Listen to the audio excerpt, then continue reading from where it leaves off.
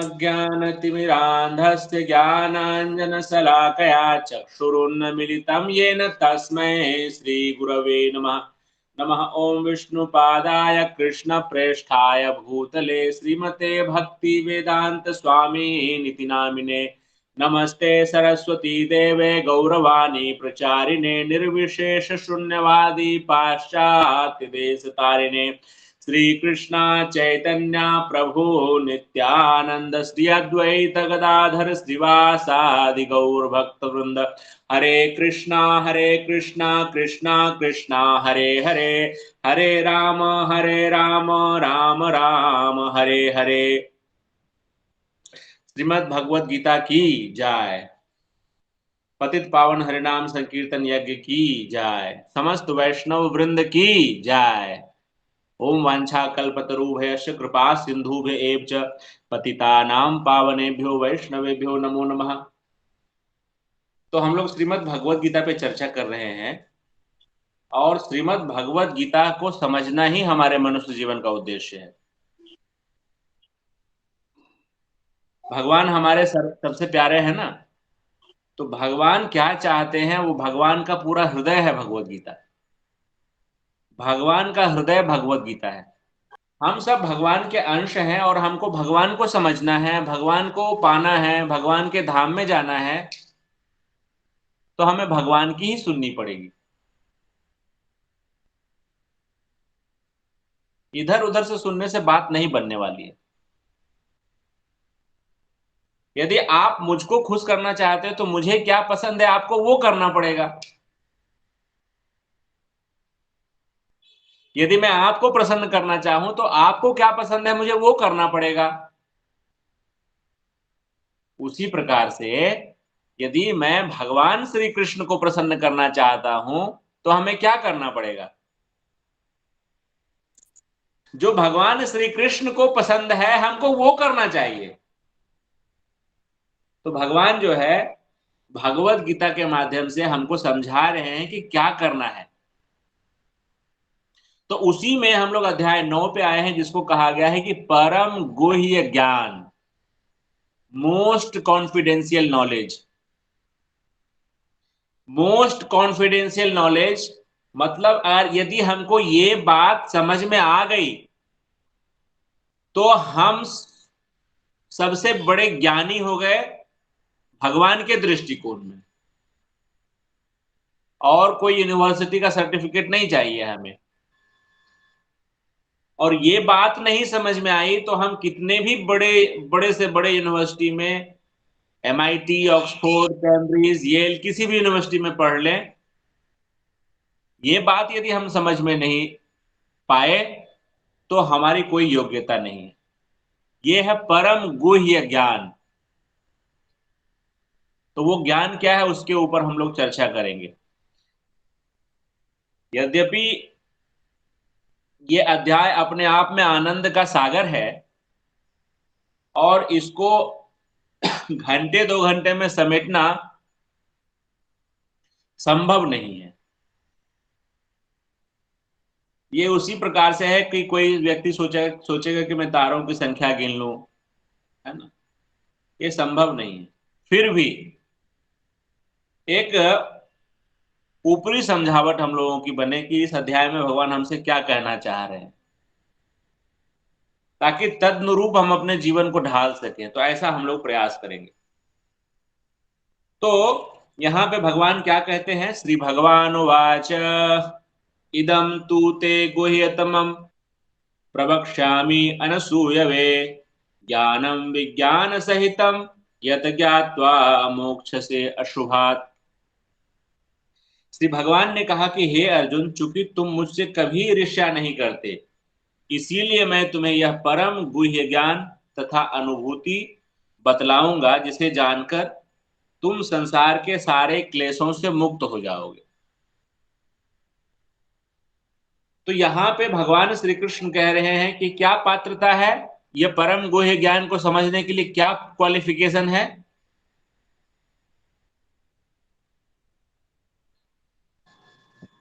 यदि हमारे हृदय में भगवान कृष्ण के प्रति ईर्ष्या भाव है तो हम इस परम गुह्य ज्ञान को नहीं समझ सकते।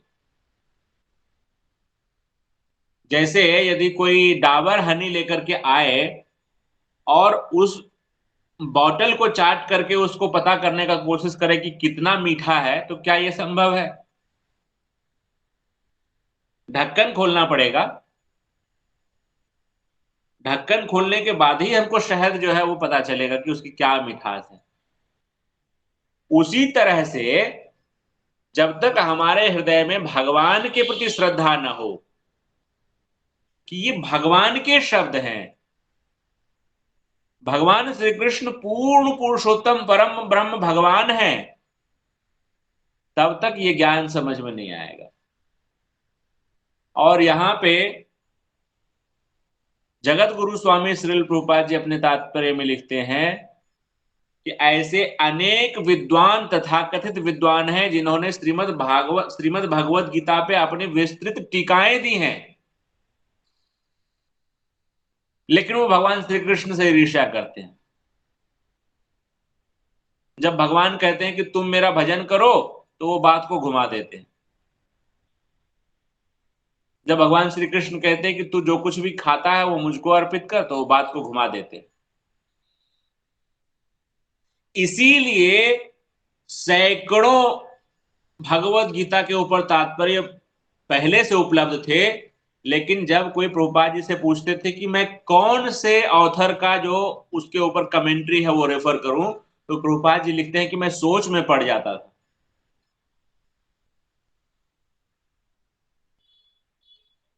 कि यदि मान लीजिए कि भगवत गीता से भगवान श्री कृष्ण को निकाल दे तो फिर क्या बच गया। प्रत्येक श्लोक में वेद व्यास जी कहते हैं श्री भगवान उवाच। यही तो श्रीमद् भगवत गीता की सुंदरता है। या स्वयं पद्मनाभस्य मुख पद्मादुनि श्रुता, ये स्वयं भगवान ने कही है।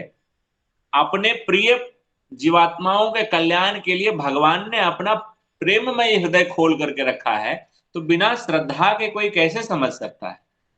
तो इसीलिए भगवान कहते हैं कि अर्जुन, तुम मुझसे ईर्ष्या नहीं करते हो, इसीलिए मैं तुमको ये परम गुह्य ज्ञान दे रहा हूं। और हम सब जो इस संसार में हैं वो सब ईर्ष्यालु हैं। इसीलिए हम लोग भगवान को छोड़ करके इस भौतिक जगत में आए हुए हैं, गिरे हुए हम लोग पतित जीवात्मा है। पतित जीवात्मा का क्या मतलब है? आत्मा तो आत्मा है। पतित जीवात्मा का मतलब कि जिसने अपने भगवान को भुला दिया, जिसने अपने स्वामी को, अपने आराध्य को, ठाकुर जी को भुला दिया और स्वतंत्र स्वच्छंद भोग लेने का प्रयास कर रहा है, वही तो है पतित जीवात्मा। आध्यात्मिक जगत से भौतिक जगत में गिर गया, पतित हो गया। तो हम सब ईर्ष्यालु हैं। इसीलिए भगवान हमको बार बार समझाते हैं कि तुम मुझको प्रणाम करो, मेरा भजन करो, मुझको भोग लगाए खाना खाओ, लेकिन फिर भी हम नहीं सुधरते हैं। हम क्यों कृष्ण को भोग लगा के खाएं? कृष्ण करे सो लीला, हम करे सो पाप। ये हमारी ईर्ष्या है। लेकिन भगवान कहते हैं अर्जुन को कि तुम मुझसे ईर्ष्या नहीं करते हो।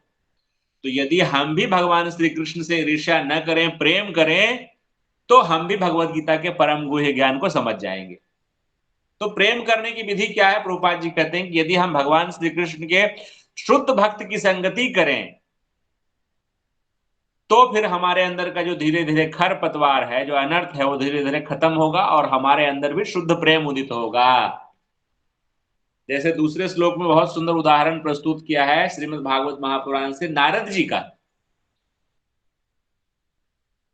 नारद जी अपने पूर्व जन्म में, पिछले के कल्प में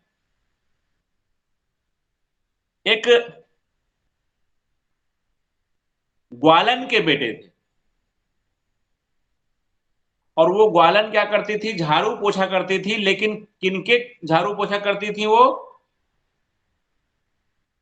भक्ति वेदांत महात्मा लोग थे, उनके झाड़ू पोछा करती थी। तो वो छोटा सा बालक था, वो उन महात्माओं की कथाओं को सुना करता था। और जो महात्मा प्रसाद खाते थे तो जो बच जाता था प्रसाद, वो उनसे पूछ करके उनका उच्छिष्ट, उनका जूठन खाया करता था।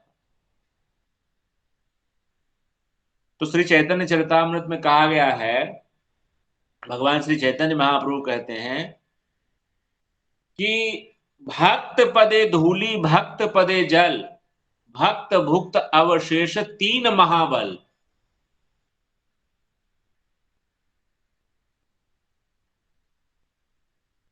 कि यदि कोई भगवान के शुद्ध भक्त का चरण का जल, प्रक्षालित जल कोई ग्रहण करे,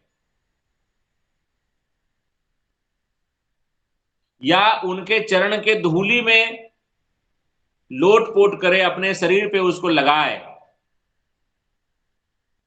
और या भगवान के शुद्ध भक्त के उच्छिष्ट को ग्रहण करे, तो इसमें इतनी शक्ति होती है कि भगवान की भक्ति प्राप्त हो जाती है। जैसे कोरोना महामारी के वाले व्यक्ति के संपर्क में आते हैं तो कोरोना हो जाता है ना, संक्रमण। उसी तरह भक्ति भी बड़ी संक्रामक बीमारी है। इसीलिए जो है, जो डरते हैं इस बीमारी से वो भक्त से दूर भागते हैं। वो आइसोलेशन डिस्टेंस मेंटेन करके रखते हैं कि ना इसके पास जाएंगे तो हम भी जो है भक्त बन जाएंगे। सेफ डिस्टेंस लगा करके रखते हैं, और शास्त्र नहीं पढ़ते हैं। शास्त्र पढ़ने के लिए उनके ऊपर मास्क लगा हुआ है। ठीक है। तो यहां पे भगवान कहते हैं कि ये जो परम गुह्य ज्ञान है, इसको जान करके तुम संसार के सारे क्लेश से मुक्त हो जाओगे। और संसार का क्लेश तो पहले ही बताया जा चुका है, जन्म मृत्यु जरा व्याधि। ये दुखालय है, और इस दुखालय से निवृत्ति, इससे निकलना ही हमारे जीवन का एकमात्र चरम लक्ष्य है।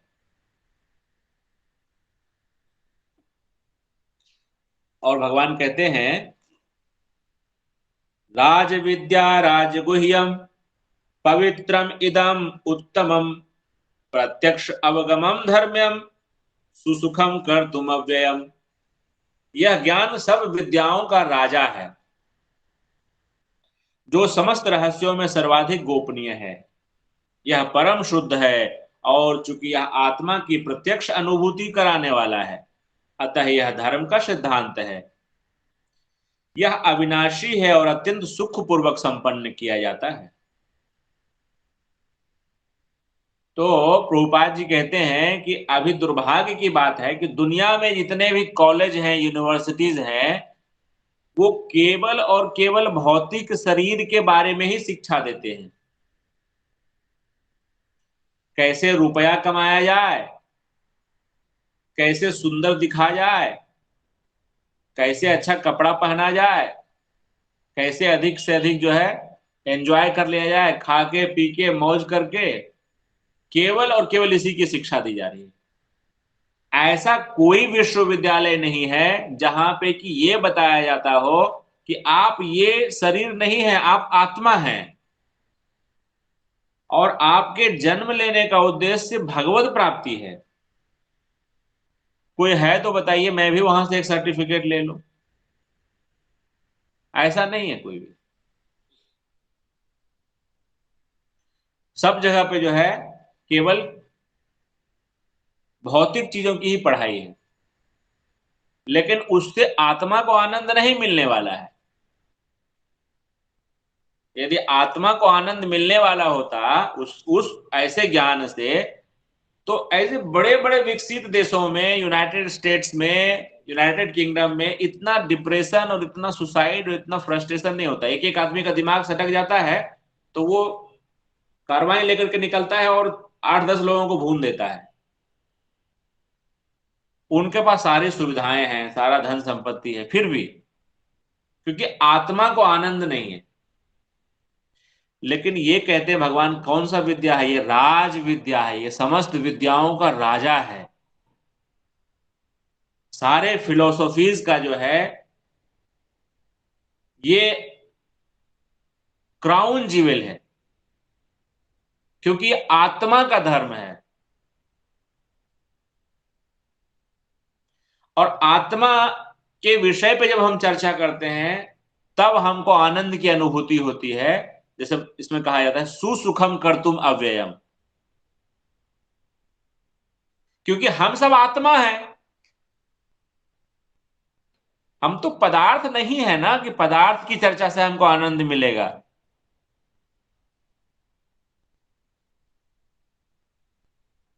इस बात को ध्यान पूर्वक समझिए।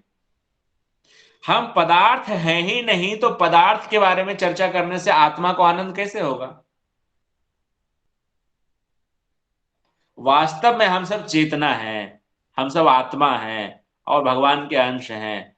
तो इस आत्मा के स्वभाव को समझेंगे और इस आत्मा को इस जन्म मृत्यु के चक्र से निकालने के विज्ञान के बारे में समझेंगे तो हमको वास्तविक आनंद की प्राप्ति होगी।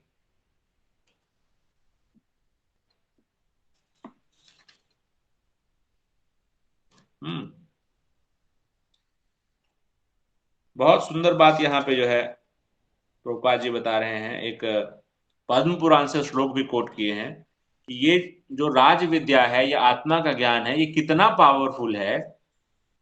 अप्रारब्ध फलम पापम कूटम बीजम फलोन्मुखम क्रमेणैव प्रलीयेत विष्णु भक्ति रतात्मनाम।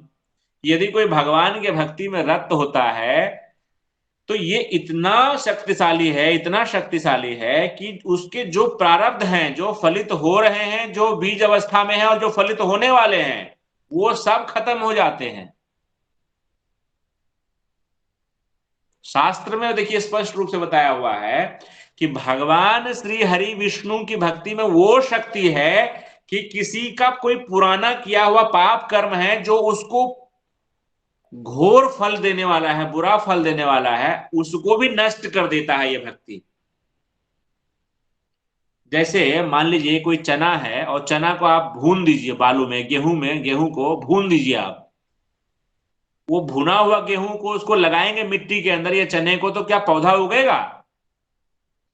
बिल्कुल नहीं, क्योंकि उसके अंदर जो जर्मिनेट करने की पोटेंसी है वो खत्म हो गई, जल गई, भुन गई। तो भगवान के भजन में, भगवान श्री कृष्ण के भजन में ये शक्ति है कि ब्रह्मा जी कहते हैं कर्मानि निर्दहति किंतु ज भक्ति भाजाम। यदि भगवान का कोई भजन करता है तो उसके पुराने जन्मों के कर्म फल जो है वो भस्मीभूत हो जाते हैं। इसीलिए ये कैसा ज्ञान है? अद्वय ज्ञान है, दिव्य ज्ञान है, राज विद्या है, जो भौतिक ज्ञान को पढ़ने पढ़ाने से नहीं प्राप्त हो सकता है। हम्म। फिर भगवान कहते हैं अश्रद्धानाः पुरुषा धर्मस्य अस्य परन्तप अप्राप्य माम निवर्तन्ते मृत्यु संसार वर्तमनि। हे परंतप, जो लोग भक्ति में श्रद्धा नहीं रखते हैं वे मुझे प्राप्त नहीं कर पाते हैं। भगवान को पाने का एक ही मोल है कि हमको बस थोड़ी श्रद्धा रखनी है। श्रद्धा शब्द विश्वास कहे सुदृढ़ निश्चय, कृष्ण भक्ति कैले सर्व कर्म कृत है। श्रद्धा का मतलब है कि ये दृढ़ विश्वास होना चाहिए हमारे हृदय में कि यदि हम केवल और केवल भगवान श्री कृष्ण की भक्ति मात्र संपन्न करें तो सारे कर्म स्वतः ही संपन्न हो जाते हैं। ठीक उसी प्रकार से, जिस प्रकार से कि यदि कोई वृक्ष के जड़ में पानी दे दे तो ऐसा हो जाता है कि तना में, शाखा में, पत्ती में, फूल में, फल में, सब में पानी पहुंच जाता है। तो श्रद्धा का मतलब ये दृढ़ विश्वास होना चाहिए कि यदि हमने भगवान श्री कृष्ण का भजन किया तो सबका भजन हो गया। और यदि कोई ये श्रद्धा नहीं करता है तो भगवान कहते हैं कि वो मुझको प्राप्त नहीं कर पाता है। और प्राप्त नहीं कर पाता है तो क्या होता है? जन्म मृत्यु के सागर में उबडूब उबडूब उबडूब वो गोता लगाता ही रहता है, क्योंकि उसकी श्रद्धा अभी पकी नहीं है ना। मया ततम इदं सर्वं जगद अव्यक्त मूर्तिना मत्तस्थानि सर्वभूतानि न चाहं तेषु अवस्थितः। यह संपूर्ण जगत मेरे अव्यक्त रूप द्वारा व्याप्त है। समस्त जीव मुझ में हैं, किंतु मैं उनमें नहीं हूं। तो भगवान जो है कहते हैं कि ये पूरा का पूरा संसार जो है मेरी अव्यक्त शक्ति से व्याप्त है। तो श्रीमद् भागवत महापुराण में बताया है कि परम सत्य को तीन तरह से लोग डिफाइन करते हैं या समझते हैं। हम्म? वदन्ति तत् तत्त्वविदस्तत्त्वं यत् ज्ञानम अद्वयम ब्रह्म एति परमात्मेति भगवान इति शब्दयते। कोई इनको ब्रह्म कहते हैं, कोई उनको परमात्मा कहते हैं और कोई उनको भगवान कहते हैं। तो जो ज्ञानी होते हैं वो उनको ब्रह्म के रूप में जानते हैं, जो ध्यानी होते हैं उनको परमात्मा के रूप में जानते हैं, और जो भगवान के सर्वोच्च आध्यात्मवादी होते भक्त होते हैं वो उनको भगवान के रूप में जानते हैं। तो भगवान के साथ परस्पर संबंध, विनिमय, आदान प्रदान केवल और केवल भक्त ही कर सकता है। भगवान को खिलाना, भगवान को नहलाना, भगवान को उठाना, भगवान के साथ जो कुछ भी प्रेममय संबंध है वो केवल भक्त ही कर सकता है। तो भगवान कहते हैं कि यह संपूर्ण जगत मेरे अव्यक्त रूप से व्याप्त है, और वही अव्यक्त रूप ब्रह्म कहलाता है। जैसे हम लोग यहां अपने कमरे में बैठे हुए हैं, क्लास ले रहे हैं या क्लास सुन रहे हैं, तो यहां पे भारत सरकार उपस्थित है कि नहीं है? यदि हम लोग यहां पे कोई असंवैधानिक काम कर ले तो सरकार हमें पकड़ लेगी कि नहीं पकड़ लेगी? तो यहां पे क्या प्रधानमंत्री उपस्थित है व्यक्तिगत रूप से? नहीं उपस्थित है, लेकिन उनकी शक्ति यहां उपस्थित है, कानून यहां उपस्थित है। उसी प्रकार से भगवान कहते हैं कि यह संपूर्ण जगत मेरे अव्यक्त रूप से व्याप्त है, समस्त जीव मुझ में हैं, किंतु मैं उनमें नहीं हूं। ये भगवान की शक्ति है, अद्वैत शक्ति है। न च मत्तस्थानि भूतानि पश्य मे योगमैश्वराम् भूत भिन्न च भूतस्थो ममात्मा भूत भावनः। तथापि मेरे द्वारा उत्पन्न सारी वस्तुएं मुझ में स्थित नहीं हैं। जरा मेरे योग ऐश्वर्य को देखो। यद्यपि मैं समस्त जीवों का पालक, भरता हूं और सर्वत्र व्याप्त हूं, लेकिन मैं इस विराट अभिव्यक्ति का अंश नहीं हूं, क्योंकि मैं सृष्टि का कारण स्वरूप हूं। कई बार जो है अज्ञानी लोग क्या समझते हैं कि भगवान जो है संपूर्ण विश्व में परिणत हो गए, अब भगवान कहीं नहीं है। भगवान जो है वो, उन्होंने अपनी शक्ति से ही संसार को रच दिया और इस संसार में ही रच बस गए। तो वो ईशोपनिषद का जो मंत्र है वो भूल जाते हैं। ओम पूर्णमदम पूर्णमिदम पूर्णात पूर्णमुदच्यते पूर्णाय पूर्णमादाय पूर्णमेवावशिष्यते। भगवान पूर्ण है और भगवान से उत्पन्न प्रकृति भी पूर्ण है, और पूर्ण से पूर्ण के निकलने के पश्चात भी पूर्ण ही शेष रहता है। जैसे हम समझते हैं 1 - 1 = 0, लेकिन भगवान कैसे हैं? भगवान ऐसे हैं कि भगवान से जितनी भी प्रकृति निकालते रहिए भगवान पूर्ण के पूर्ण ही रहते हैं। भगवान में कोई कमी नहीं आ सकती है। तो इसीलिए भगवान कहते हैं कि संपूर्ण सृष्टि मेरी ही अभिव्यक्ति है, लेकिन फिर भी मैं उनसे स्वतंत्र हूं। अपने नित्य वृंदावन धाम में भगवान अपने नित्य शुद्ध भक्तों के साथ रास लीला में रस का विनिमय करते ही रहते हैं, वो उनकी नित्य लीला है। वृंदावनम परित्यज्यम पदम एकम न गच्छेत। भगवान अपने नित्य वृंदावन को त्याग करके एक पद भी कहीं बाहर नहीं रखते हैं। लेकिन फिर भी संपूर्ण जगत में ब्रह्म के रूप में व्याप्त होकर के अपने देवी देवताओं के माध्यम से सारी व्यवस्था को देख लेते हैं, हृदय में परमात्मा के रूप में उपस्थित होकर के। और विष्णु जो हम बोलते हैं भगवान को, विष्णु पूरे विश्व के एक एक अणु में भी समाविष्ट होकर के एक क्षीरोदक्षाई विष्णु के रूप में सर्वत्र विद्यमान है। हम लोग सोचते हैं भगवान को कहां ढूंढे, भगवान को कहां ढूंढे। भगवान को कहां ढूंढेंगे, जिस मोबाइल पे आप देख रहे हैं उसमें भी भगवान उपस्थित हैं, जिस कुर्सी पे बेड पे बैठे हुए हैं उसमें भी अणु अणु में भगवान उपस्थित हैं।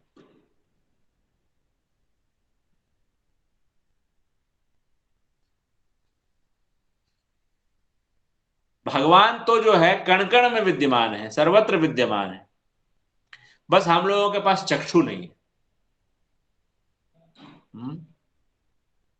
नित्य सिद्ध कृष्ण प्रेम साध्य कबो नय, श्रवण आदि शुद्ध चित्त करे उदय।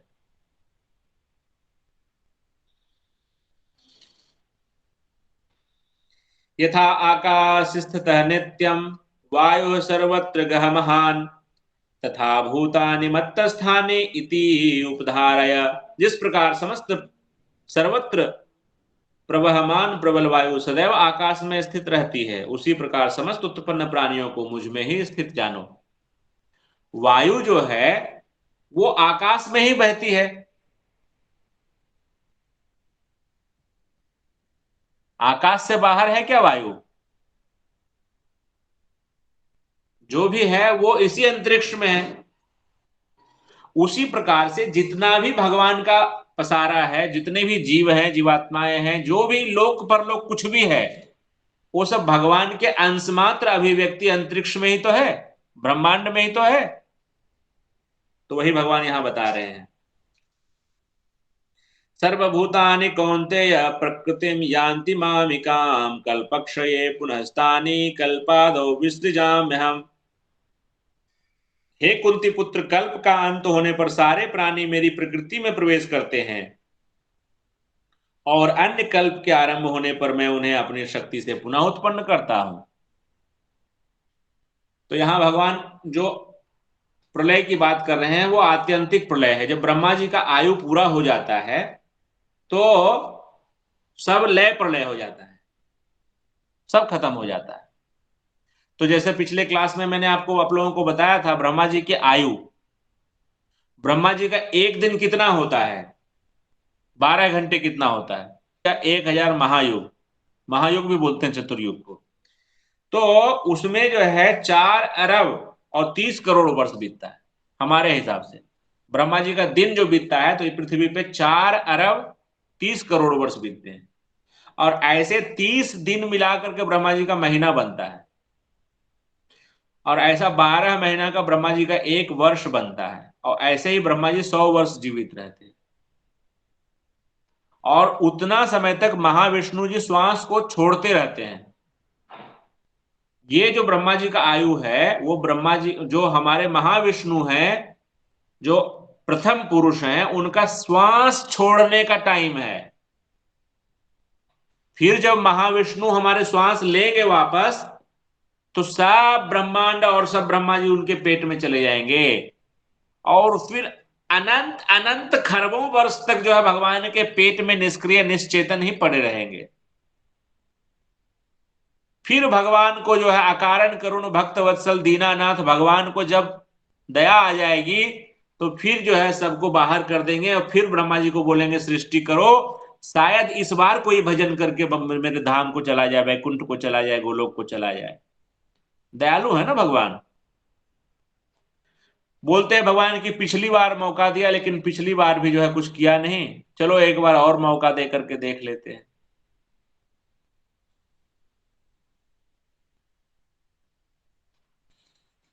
और ये जो महाविष्णु है ये हमारे गोविंद के अंश हैं।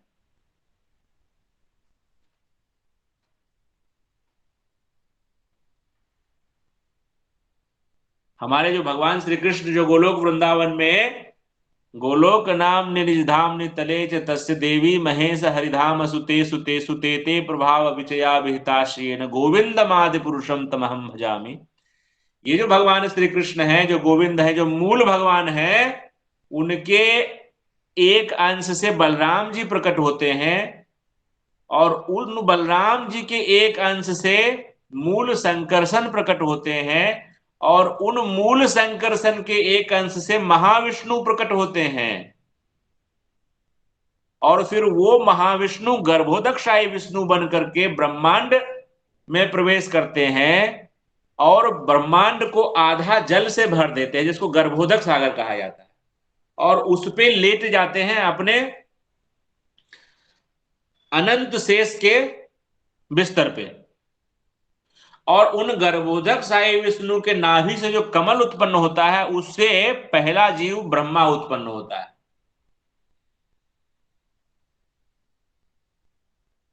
और फिर जो गर्भोदकशाही विष्णु है वो संपूर्ण सृष्टि में जब प्रवेश कर जाते हैं, विश्वात्मा भगवान जब प्रवेश कर जाते हैं तब ये सृष्टि चलायमान होती है, वो क्षीरोदकशाही विष्णु है।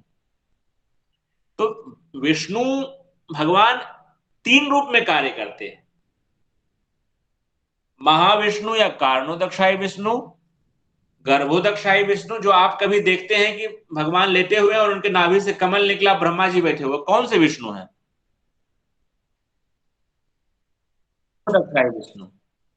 और जो आप देखते हैं कि सब सब जगह उत्पन्न, सब जगह उपस्थित है, घोड़े में, गधे में, हाथी में, पिलर में, खंभे में, खटिया में, तकिया में, बेड में, थाली में, सब जगह उपस्थित है, प्रत्येक कण में उपस्थित है। अंडांतरस्थ परमाणु चयांतरस्थाम गोविंदमादि पुरुषाम तमहम भजामि। तो ये जो परमाणु चयांतरस्थम, जो परमाणु के अंदर उपस्थित है, वो कौन है?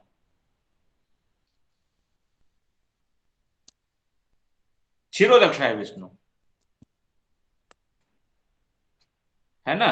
और भौतिक ब्रह्मांड में भी जो है, भौतिक ब्रह्मांड में कहीं तो क्षीर सागर है जहां भगवान शयन करते हैं और जब ये बहुत ज्यादा मुसीबत में फंस जाते हैं ब्रह्मा जी शिव जी, तब जाकर के वहां पे स्तुति करते हैं, पुरुष सूक्त उपनिषद जो वैदिक मंत्र है उससे स्तुति करते हैं, सारे देवता मिलकर के जब भगवान को मनाते हैं तब भगवान जो है उनकी मदद करते हैं और उनको मुसीबत से निकालते हैं।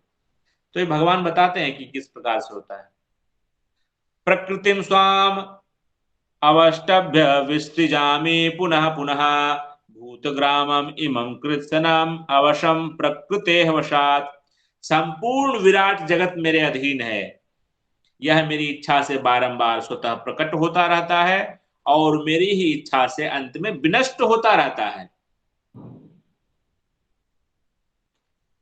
जब भगवान देखते हैं कि बच्चे बहुत बिगड़ गए हैं, इतना समझाने के बाद भी भजन नहीं करते हैं, तो श्वास खींच लेते हैं और श्वास खींच लेते हैं तो सब चला गया, फिर अनादि काल के लिए जो है वो भगवान के पेट में पड़े रहेंगे। और जब भगवान को फिर दया आ जाएगी, एक चांस फिर दिया जाए, तो भगवान श्वास छोड़ देंगे और सब श्वास छोड़ देंगे भगवान। तो जो जिस जिस प्रारब्ध के साथ, जिस कर्म और इच्छा के साथ गया था, उसको फिर वहीं से एक नया शरीर मिल जाएगा। जैसे मान लीजिए कि कोई उस वक्त सांप के योनि में था, तो फिर वो सांप के योनि में ही उसको नया शरीर मिलेगा। कोई मान लीजिए कि 16 माला से फिर 4 माला पे आ गए, तो फिर वो उसको फिर शरीर मिलेगा 4 माला करने के लिए, फिर वहां से फिर 16 माला पे आना पड़ेगा, है ना। तो भगवान ऐसे ही सबको मौका देते हैं और बराबर मौका देते हैं।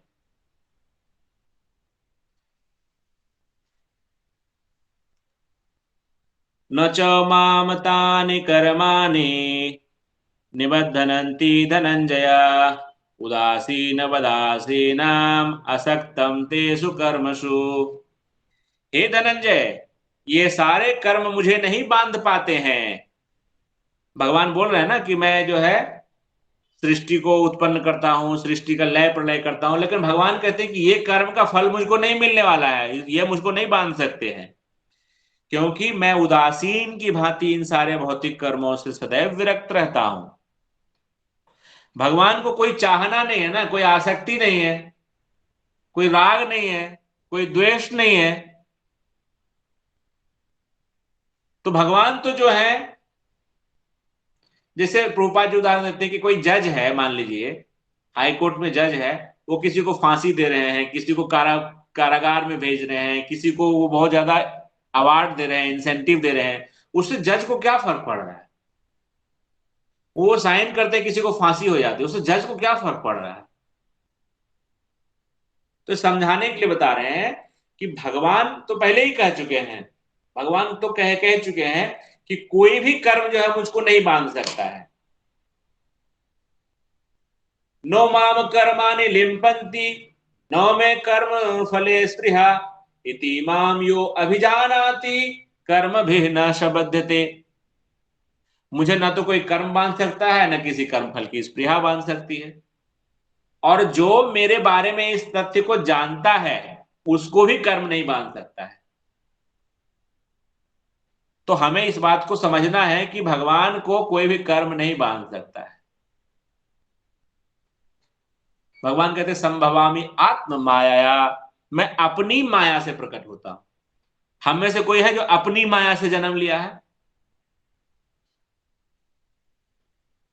प्रकृति के नियंत्रण में हम लोग जहां भेज दिया गया वहां चले आए। हम्म। भगवान बहुत सुंदर बात बोल रहे हैं यहां पे। मया अध्यक्षेण प्रकृति सूयते स चराचरम, हेतुनानेन कौन्तेय जगद्वे परिवर्तते।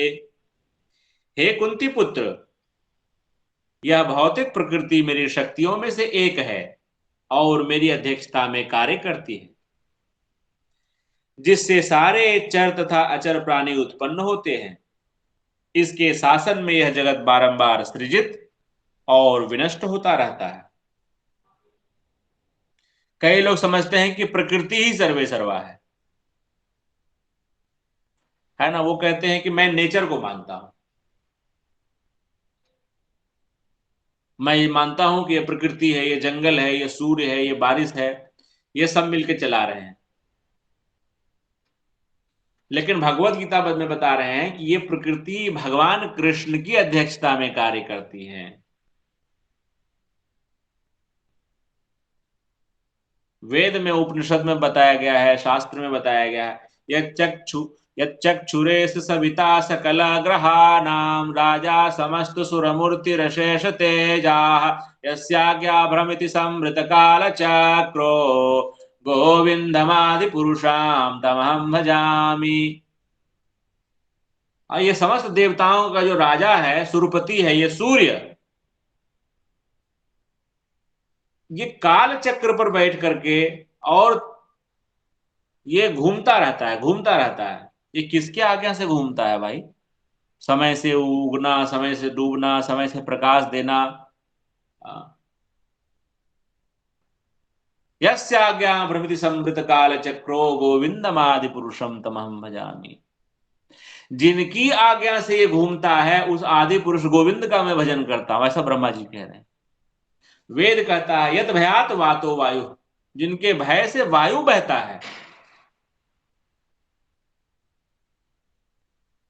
तो भगवान कहते हैं मया अध्यक्षेण प्रकृति सूयते स चराचरम, ये भौतिक प्रकृति मेरी अध्यक्षता में कार्य करती है, ये चर अचर प्राणी मेरी अध्यक्षता में कार्य करते हैं।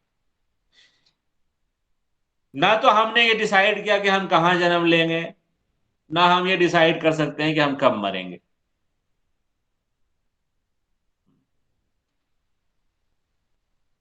बहुत सुंदर एक बात है कि life is a journey between two alphabets, that is B and D. B stands for birth and D stands for death, and in between B and D is C, and C is choice.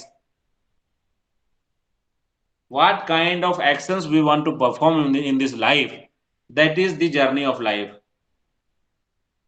Sense gratification करना है कि भगवान का भक्ति करना है, वही सी है हमारे पास। तो why to take a chance? So instead of taking chance, we should prefer chanting.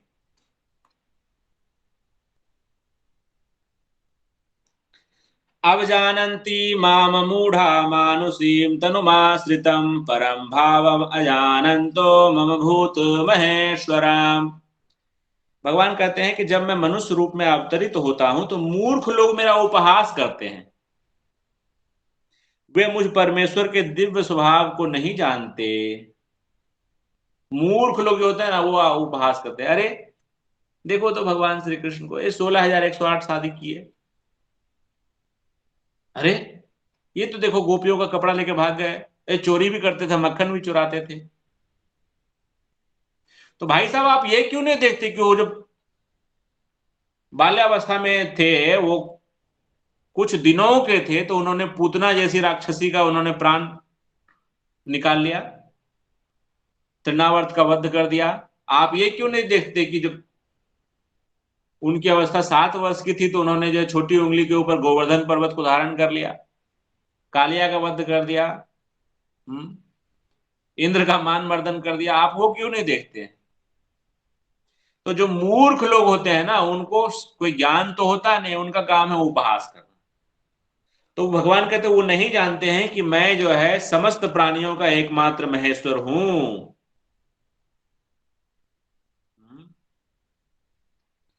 और भगवान को समझेंगे भी कैसे? भगवान तो स्वयं अपने आप को ढक लेते हैं, ना हम प्रकाश सर्वश्री योग माया समावृता। मैं सबको नहीं दिखता हूं, क्योंकि मैं अपनी ही योग माया से स्वयं को ढक लेता हूं। क्यों ढक लेते हैं? क्योंकि भगवान जो है उन्हीं को दिख सकते हैं जो जिनका पुण्य उदित हो गया है और जो उस पुण्य के माध्यम से शुद्ध भक्ति करने लगा है। पुण्य आपको क्या करेगा? जब पुण्य आपका जो है वो इतना हो जाएगा, इतना हो जाएगा कि भगवान सोचेंगे कि इसने इतना पुण्य कर लिया, तो ऐसा संयोग उत्पन्न कर देंगे कि कोई साधु पुरुष मिलेगा आपको, जो आपको भगवत भक्ति के विषय में जगाएगा, है ना। और इतना आसान कार्य नहीं है। या तो वो इतने समर्थ हो, इतने समर्थ हो कि अपने कृपा के एक अंश मात्र से ही जीव के सुप्त चेतना को जागृत कर दे, है ना। और लेकिन जिसकी चेतना खुद ही सोए हुए है, वो बकर बकर करते रहते हैं, लेकिन उस पर कोई असर नहीं पड़ता है।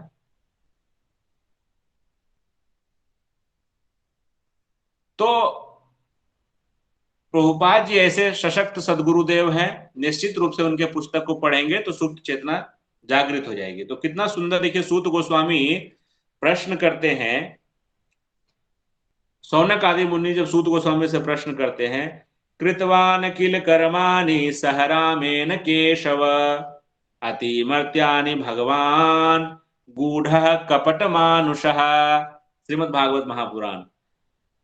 भगवान श्री कृष्ण ने बलराम के साथ मनुष्य की भांति क्रीड़ा की और इस तरह प्रछन्न रूप में, प्रछन्न मतलब ढके हुए रूप में, कवर्ड रूप में, प्रछन्न रूप में उन्होंने अनेक अति मानवीय कार्य किए। हम्म। तो मनुष्य के रूप में भगवान का प्राकट्य मूर्ख को मोहित कर देता है। जो लोग कहते हैं कि, कुछ लोग कहते हैं कि मुझको भगवान दिखाओ तो मैं भक्ति करूंगा,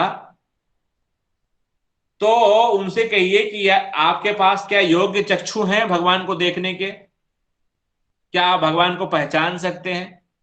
यदि कोई बिना भक्ति किए हुए भगवान को देखने का प्रयास करेगा और मान लीजिए कि भगवान ने उसको दर्शन दे भी दिया, तो ऐसा आचार्य बताते हैं कि वो और अधिक नास्तिक हो जाएगा, क्योंकि वो भगवान के अचिंत्य शक्ति को नहीं समझ पाएगा। जब तक भगवान के बारे में हम पर्याप्त रूप से सुन नहीं लेते, भगवान की गुण लीलाओं के प्रति पर्याप्त प्रेम नहीं उत्पन्न कर लेते, तब तक हम उस रस का आस्वादन नहीं कर पाएंगे। इसीलिए भगवान को देखना है तो कान से देखना पड़ता है। इसीलिए नवधा भक्ति में सबसे पहली भक्ति कौन सी भक्ति है? श्रवणम। श्रवणम। श्रवणम।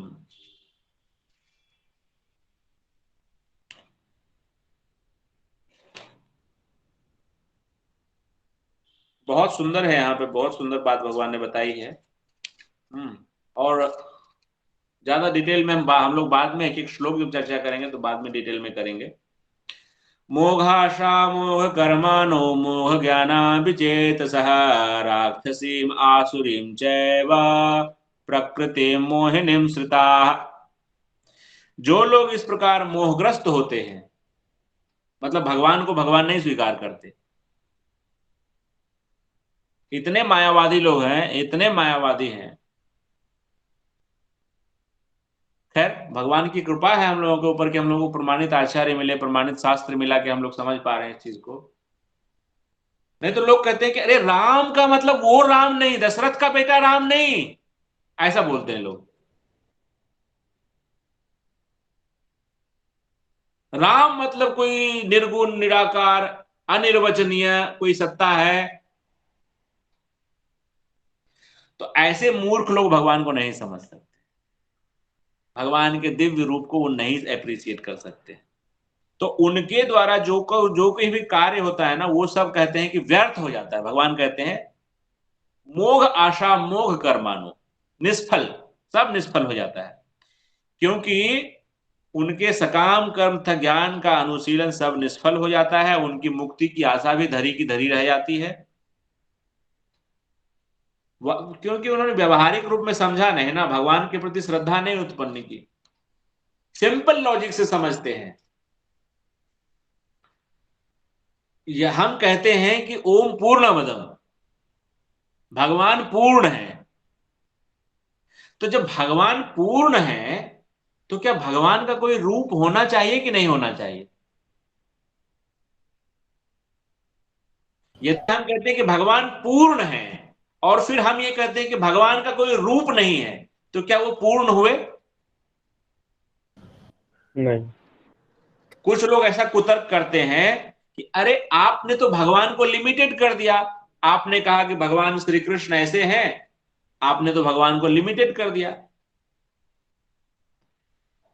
तो हमें उनसे पूछना चाहिए कि आप कहते हैं कि भगवान का कोई रूप नहीं होता, हम ये कहते हैं कि भगवान जो है वो सच्चित आनंदमय, सच्चित आनंद घन परमात्मा, अनादि काल से उन्होंने अपने कृष्ण रूप को रखा है, और साथ ही वो समस्त जीव के हृदय में परमात्मा के रूप में और संपूर्ण जगत में ब्रह्म के रूप में उपस्थित है। तो हम तो पूर्ण बात बोल रहे हैं। आप कह रहे हैं कि उनका रूप नहीं होता, हम कह रहे हैं कि उनका रूप भी है और उनका रूप नहीं भी है। आप कह रहे हैं कि नहीं, उनका रूप है ही नहीं। तो भगवान को किसने लिमिट किया? मैंने किया कि आपने किया?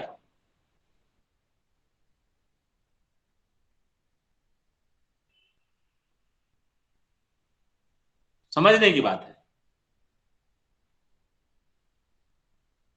महात्मान अस्तु माम पार्थ दैवीं प्रकृतिमाश्रिताः भजन्ति अनन्य मनसः ज्ञात्वा भूत आदिम अव्ययाम। बहुत सुंदर बात भगवान यहाँ कह रहे हैं, बहुत प्यारी बात कह रहे हैं कि हे पार्थ, मोह मुक्त महात्मा जन दैवी प्रकृति के संरक्षण में रहते हैं।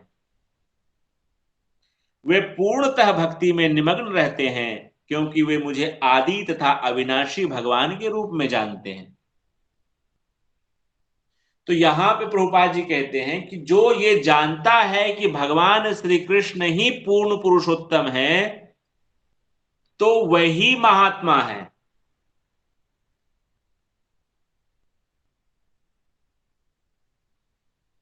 देखिए, भगवान श्री कृष्ण ने बार बार स्पष्ट रूप से कहा है, बहुनाम जन्म नाम अंते ज्ञानवान माम प्रपद्यते वासुदेव सर्वम इति स महात्मा सुदुर्लभ। तो महात्मा का मतलब क्या होता है? जो भगवान श्री कृष्ण की सत्ता को स्वीकार करे वो महात्मा है। जो ये जानता है कि भगवान श्री कृष्ण पूर्ण पुरुषोत्तम भगवान है और उनकी प्रेममय भक्ति करता है उनकी दैवी प्रकृति के संरक्षण में। और उनकी दैवी प्रकृति का संरक्षण का मतलब क्या है पता है? राधे राधे राधे राधे राधे राधे राधे राधे राधे राधे राधे राधे। मेरी स्वामिनी श्री राधा, वृषभानुलली राधा, राधा राधा राधा, राधा राधा राधा।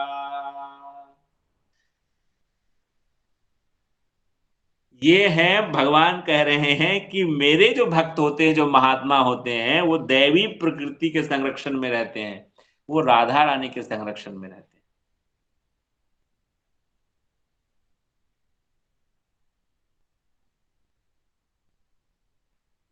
राधा रानी का यदि संरक्षण प्राप्त हो तो भगवान श्री कृष्ण सहज ही प्राप्त हो जाते हैं।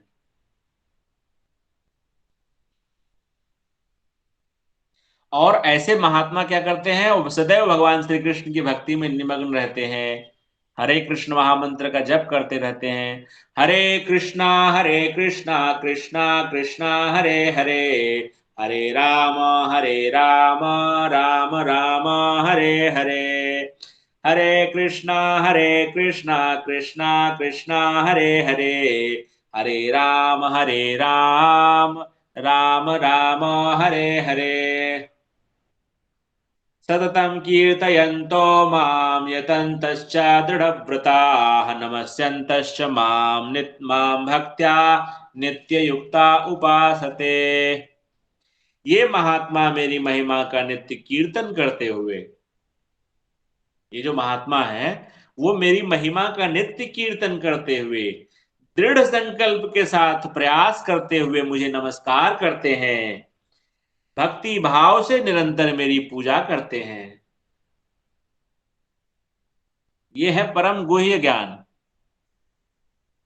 The king of all the knowledge, the most confidential knowledge, complete surrenderance unto the lotus feet of the desire of lord Shri Krishna, lord Shri Hari.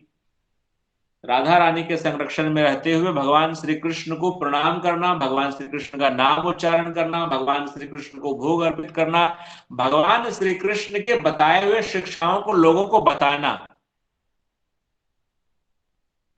यही हमारे मनुष्य जीवन का एकमात्र उद्देश्य होना चाहिए। यहाँ बहुत सुंदर सुंदर बात बताया। सततम, सततम का मतलब क्या है? ऑलवेज, 24/7।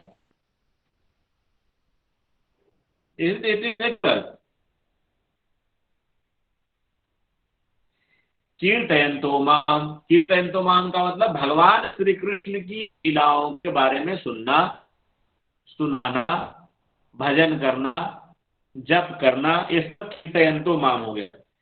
यतश्च दृढ़ व्रता, पूर्वक माया खींचती है अपनी तरफ, तो यत्न पूर्वक हमको उसको करना है। दृढ़ता, दृढ़ता, ऐसा नहीं होना चाहिए कि मेरा माला फ्लक्चुएट कर रहा है, एकादशी फ्लक्चुएट कर रहा है। दृढ़ता, महात्मा है ना, महात्मा बनना है तो आपको दृढ़ व्रत करना है। एकादशी, जन्माष्टमी, राष्ट्रमी, गौर पूर्णिमा, 16 माला जप, मुहूर्त में जगना, ये सब दृढ़ व्रत महात्मा के लक्ष्य है। हम लोग ऐसे नहीं, हम लोग तो पापी हैं। दृढ़ता, नमस्यंत माम भक्त्या, मेरे भक्त क्या करते हैं? मुझको नमस्कार करते हैं, और नित्य युक्ता उपासते, निरंतर मेरी पूजा करते रहते।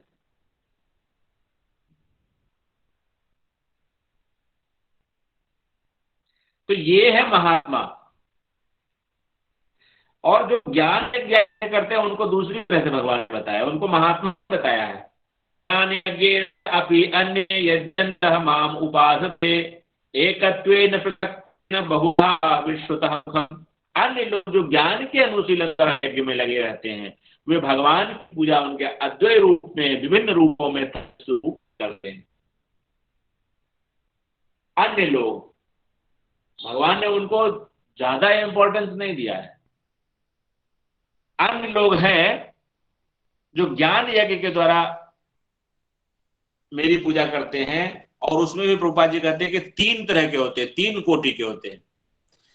एक तो होते कि परमेश्वर को तथा अपने को एक मानकर पूजा करने वाले, सोचते हैं कि जो मैं हूं वही परमेश्वर है, तो कई बार अपनी ही पूजा कर लेते हैं। कुछ लोग ऐसे बोलते हैं, सुबह उठो और आईने के सामने खड़े हो जाओ और बोलो I am the best, I am the best.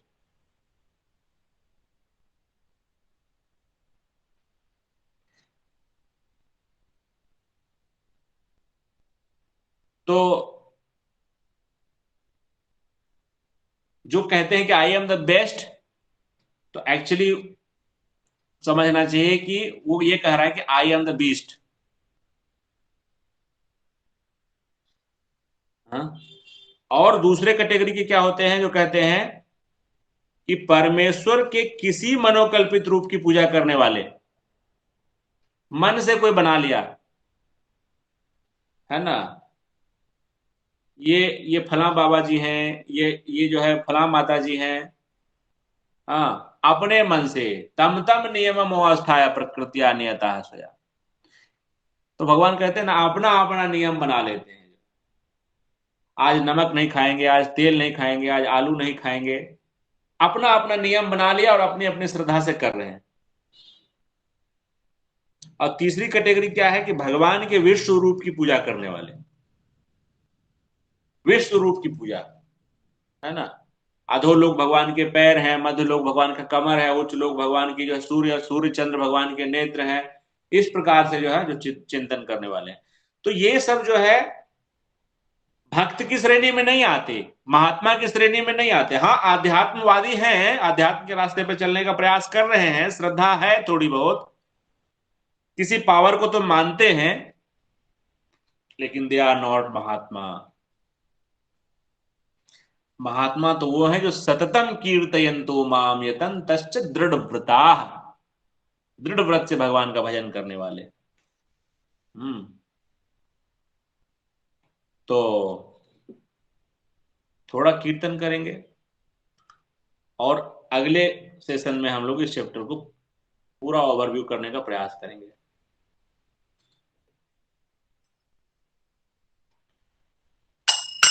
Shri Krishna Govind Hare Murari, hey Nath Narayan वासुदेवो।